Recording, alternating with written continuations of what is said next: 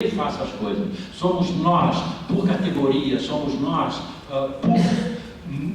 por aquilo que nos une, que nós temos que fazer força para que o Brasil se transforme, porque senão ele vai continuar do mesmo jeito e daqui a 40 anos a gente vai dizer outra oportunidade perdida. Em 2004 eles estavam comemorando, estavam lamentando a perda de que representou 64, e agora nós, em 2044, estamos reclamando das mesmas coisas. Não vamos deixar que daqui a 40 anos se reclame que ainda não se fez a reforma agrária, ainda o salário é miserável, ainda a maior parte do povo brasileiro vive na miséria, com fome e sem educação. Muito obrigado.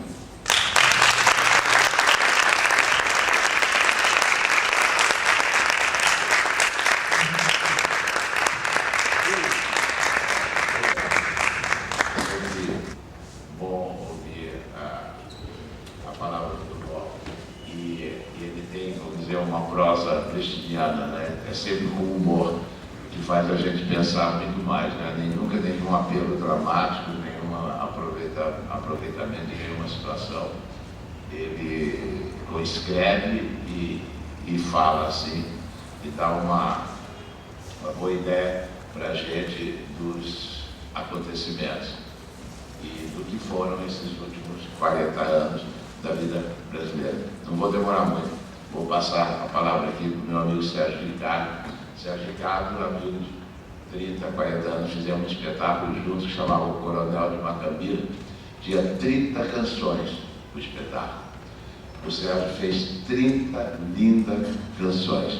O espetáculo era bonito, mas a música dele era especialmente boa. E fazia parte desse movimento de resistência cultural já naquela época, né? Era um grupo de estudantes ligados a organizações sempre clandestinas, como tudo na época, e a gente jovens trabalhando com essa juventude ainda mais jovem que a gente, e tentando reconstruir a história desse país. O Sérgio é uma figura importante dessa história, e vamos ouvir o Sérgio agora. Eu gostaria de ficar um pouquinho mais para o fim, porque eu gostaria que o senhor falasse, sabe por quê? Eu não preparei nada para dizer aqui, eu estou querendo ver se eu armo alguma coisa, se eu copio vocês. Pois eu, se vocês importam, eu escuto, aí eu não tenho mais nada para falar. Pronto, Silvio. O Silvio é a pessoa que você acha que pode dar uma continuidade no discurso do Bola, legal, então. Um pequeno lápis de tempo. Um pequeno lápis de tempo. O Silvio é um caçula de menor. Nessa mesa aqui ele é um de menor. É um caçula. E é cineasta. Nós temos aí a Flávia Ricardo Bola no teatro, o Sérgio na música e o Silvio no cinema. É claro que todos nós passamos na música, no teatro, no cinema igualmente, mas especialmente cada um numa área. O Silvio é um cineasta que guarda a história do Brasil e interpreta para a gente. Silvio. Bom, queria te agradecer o convite que você me fez para estar aqui hoje. Para mim é um raro privilégio estar podendo dividir esse espaço com vocês, com o Boal, contigo, amigo, com o Sérgio, que é um velho parceiro também. E acho que, para mim é super legal a gente estar trabalhando essa questão da memória, né, porque principalmente os mais jovens que conhecem a ditadura de ouvir falar, né, existe até um movimento hoje que fala da ilusão da democracia, né? Nós que vivemos a ditadura de perto, a gente sabe o quanto é importante a democracia, né? O quanto é importante a gente lutar pela liberdade de circulação de ideias, de gestos, de palavras. Não que a gente esteja vivendo a democracia ideal, não que exista uma democracia econômica ou social, mas existe uma democracia política que nos dá esse espaço da gente estar aqui hoje podendo conversar livremente. Estava conversando com Santini há pouco tempo, que é um membro do Tá na Rua, que nós, quando víamos ao prédio do MEC nos anos 60, era para ocupar essa calçada para protestar por mais liberdade, né? A gente não entrava aqui como convidado, a gente invadia.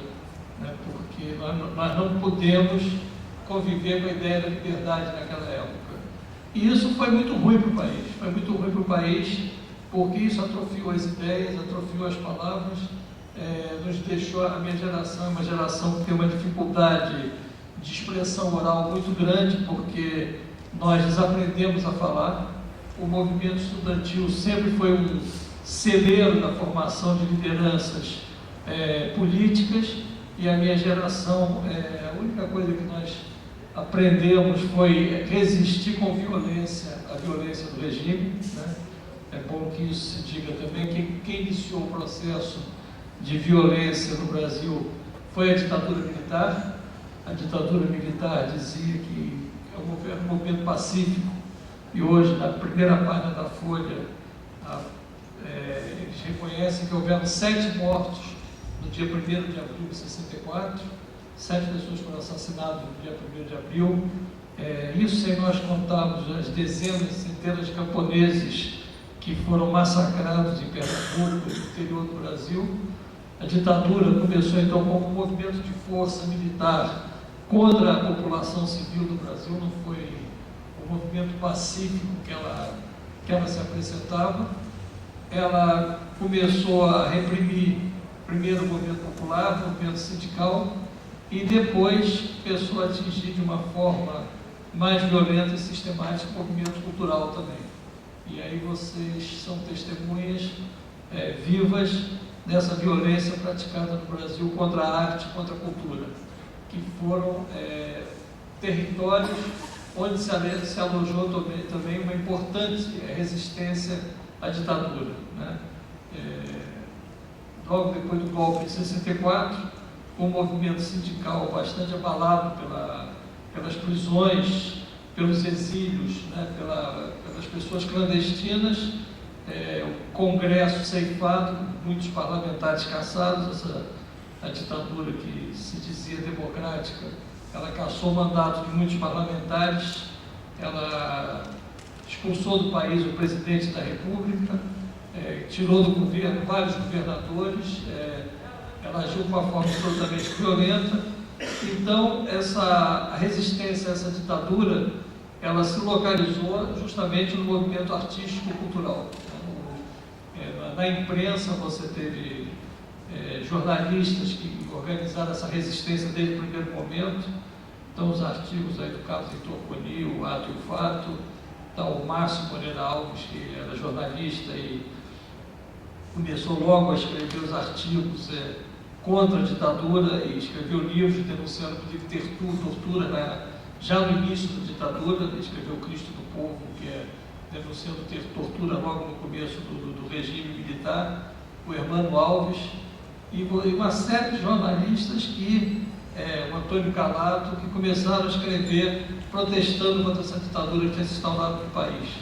E os artistas também começaram a se manifestar. Tem o Sérgio Porto ainda, que escreveu o Febiabá, que é a maneira que o amigo considera a melhor resistência à ditadura através do riso. Então, o Sérgio Porto, estadual Ponte Preta, escreveu o Festival de Besteira que assola o país, em que ele publicava diariamente, depois se transformou em livros, as medidas idiotas que se tomavam no Brasil pelos ocupantes do poder, né? Que, entre outras, tentaram prender Sófocles, né? Invadiram o teatro para prender o autor de Ésquilo, né? E o elenco também. Teve o teatro do Boal, super engajado, o teatro Moabir trabalhou, as músicas do Sérgio Ricardo, que foi um bravíssimo militante da luta contra a ditadura, né? O Sérgio Ricardo teve coragem nos anos 70 de fazer músicas exaltando Carlos Lamarck, né? Ele falou da coragem, devia ter trazido no violão, em vez de falar, você devia estar cantando aqui. Você trouxe violão? Porque ele teve a coragem durante a ditadura de botar a mão na ferida e exaltar os verdadeiros heróis brasileiros. O Boal, todas aquelas peças, a Arena canta Tiradentes, a Arena canta Zumbi, quer dizer, houve todo um resgate histórico do Brasil através do teatro, levando para o grande público os verdadeiros heróis brasileiros. Essa foi a resistência possível, né? Uma resistência que aconteceu até o AI-5, até 13 de dezembro de 68, depois a barra pesou muito. Os artistas ainda continuaram resistindo, mas de uma forma mais sutil do seu Celso Ricardo, que através da música, fez música do Lamarck. O teatro sofreu, né? Guevara, né? Mas o Cala a Boca Povo também, o Preston Luiz, eu acho que ele fez um trabalho lindíssimo, e os artistas, então, eles têm essa tarefa histórica.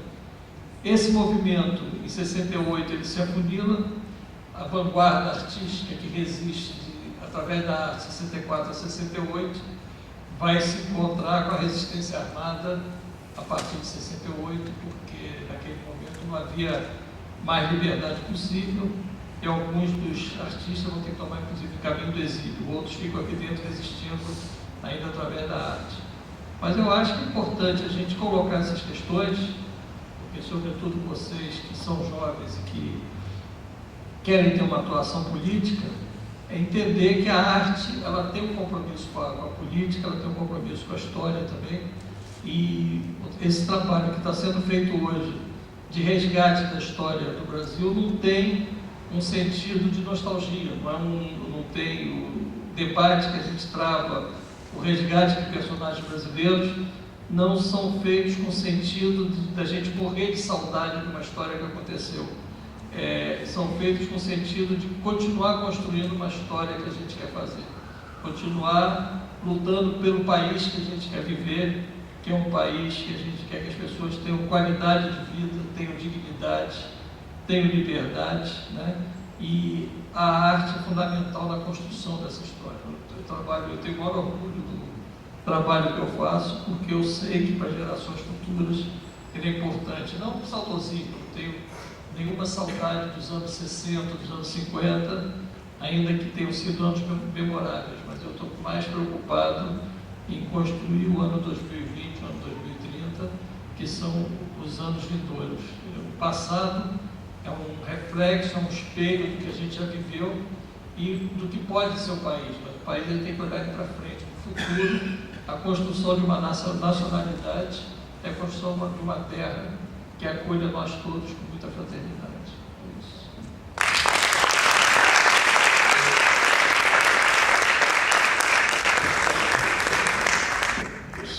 O Sérgio, como já foi apresentado, eu só vou dizer uma palavrinha ou outra, tá?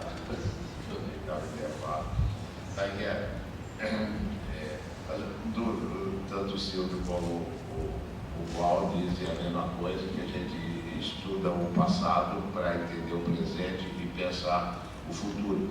E todo esse movimento nosso e de todo mundo aqui nesse momento da história do Brasil tem esse sentido arqueológico. Eu acho que sempre a história deve ser uma espécie de arqueologia. Você só escava e vai ao fundo para entender o que está na superfície. E esses relatos, esses depoimentos, a recuperação dessa memória, a divulgação de documentos dessa época, fatos isolados, como, por exemplo, dizer que nunca ninguém morreu, que já teve morte no primeiro dia, e o massacre em cima de camponeses, que jamais teria repercussão a morte dele nos jornais, a gente não sabe quantos foram realmente mortos, todas essas coisas, vão trazendo à tona uma realidade muito importante, fazendo com que nós nos entendemos como estamos hoje, como também essa atrofia das ideias e das palavras que foi submetido o país, não só foi atrofiado, como ideias e palavras foram lentamente, gradualmente e maleficamente sendo substituídas por outras que interessavam mais. Então, o aparato da mídia, né, da mídia televisiva, da mídia escrita, toda que foi montado para criar outras ideias e outras palavras nas nossas cabeças esvaziadas, no processo de lavagem cerebral doloroso e difícil para nós que temos vivido esse tempo todo e que lidamos com a realidade brasileira pelo nosso próprio ofício de deparar com esse vazio, com esse vácuo mental, intelectual, e que o país foi submetido a ponto de chegar na situação em que nós estamos hoje. Então, o testemunho do Boal e do Silvio me traz à cabeça essas reflexões, né? E eu, quando eu fui Beabá, eu já fiz um espetáculo de rua em cima das histórias do Sérgio Porto. Chamávamos justamente Beabá. Já há 10 anos atrás era uma tentativa de recuperar isso, um esforço enorme de eu recuperar a nossa história, a minha história pessoal, e me situar dentro de uma realidade brasileira, acabando ficando sempre numa certa marginalidade. Tem gente que até hoje pensa que eu sou o Augusto Boal.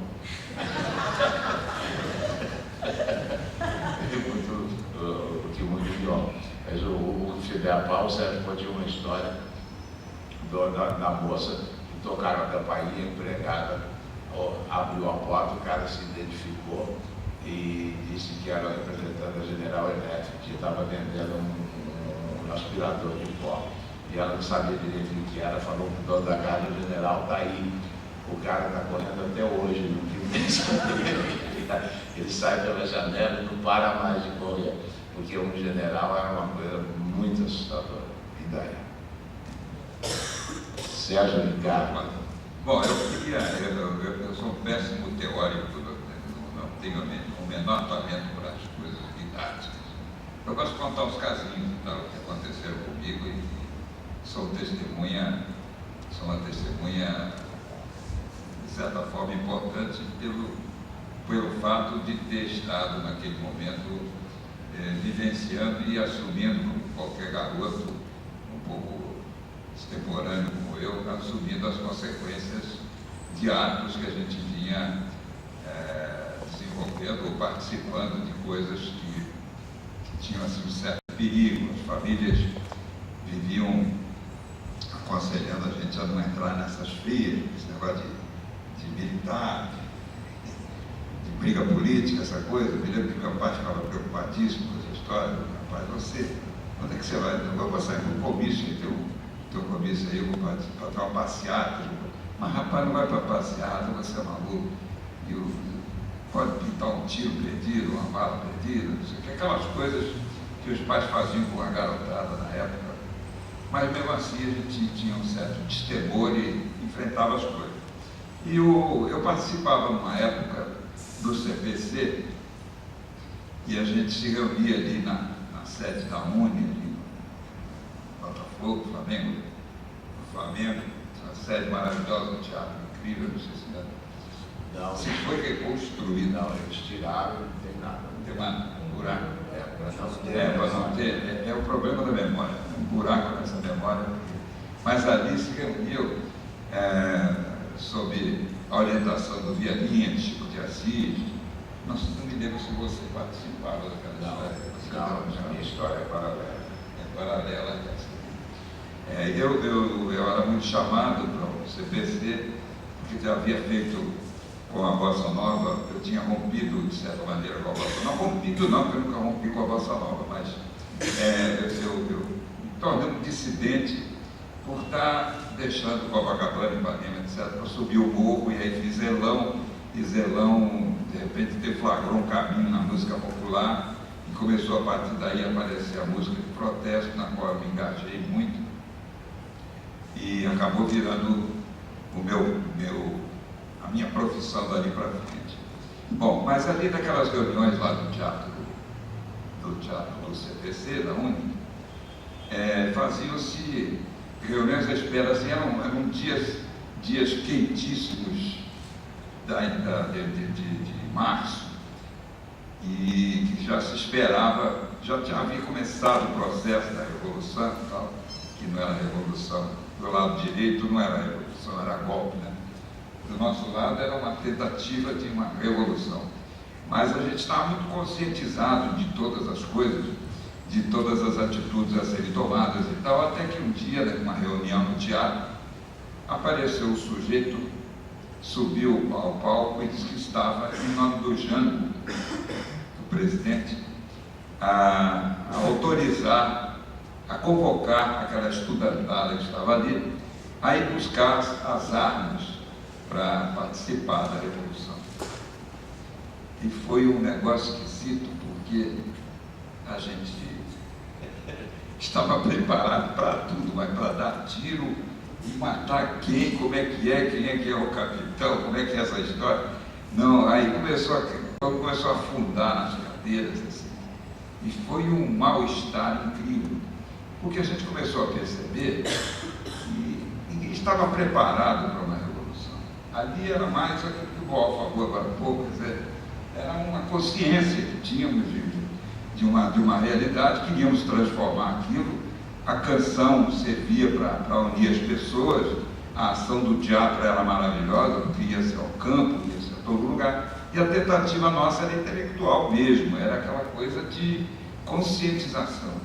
Mas não era bem aquela história de sair para a guerra de verdade. Então foi uma coisa esquisita. Aí o Vianinha, num certo momento, chegou e disse: olha, botou a mão na cabeça, disse: companheiro, é o seguinte, a gente está aqui, mas não é bem para pegar em armas, aqui ninguém sabe atirar, tá? São estudantes, são intelectuais, não sei o quê. Aí o cara disse: ah, bom, só vocês querem fazer revolução, tá certo. Aí saiu, se mandou da história. Ali ficou uma coisa engraçada, bateu na minha cabeça e na de todos uma consciência de que a nossa atuação era uma atuação importantíssima, mas não aquela, não é da luta armada em si. Então era uma outra coisa que tinha que pintar no Brasil, que pintou, e que até artistas, até pessoas que poderiam ter estado nesse dia lá, poderiam ter se engajado em lutas armadas.